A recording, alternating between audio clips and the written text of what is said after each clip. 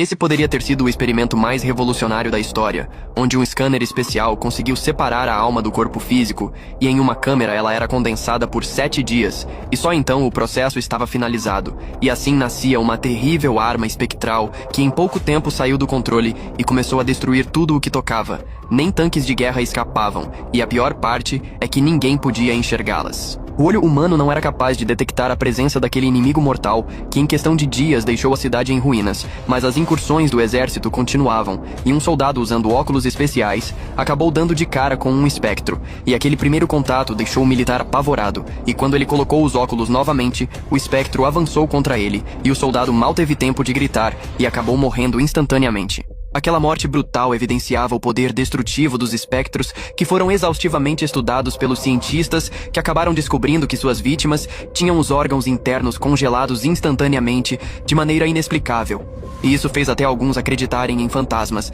mas Mark, o chefe dos cientistas, sabia que tinha que ter uma explicação plausível. Os militares sugeriram que poderia ser uma arma secreta do exército inimigo, mas Mark não acreditava nessa hipótese. Por isso ele trouxe uma super câmera capaz de captar até ondas eletromagnéticas, e com ela sendo usada no campo de batalha, o cientista tinha certeza que poderia descobrir quem eram os inimigos. E após convencer o general, Mark a instalou em cima de um veículo blindado, que juntamente com uma coluna de tanques, seguiram para a zona de guerra. Sob uma cidade completamente devastada, a equipe se movimentava cautelosamente até finalmente chegar ao local em que receberam o último sinal de um outro pelotão que por sinal já tinha sido completamente aniquilado pelos espectros, que em questão de minutos conseguiu eliminar um esquadrão de elite. Mas subitamente, um barulho deixou todos em alerta, e 2 militares decidiram ir até o local e descobrir do que se tratava. E enquanto um se preparava para atirar, o outro levantou uma banheira dos escombros e acabou descobrindo que era um soldado sobrevivente que estava em choque e afirmando que tinha visto o próprio demônio.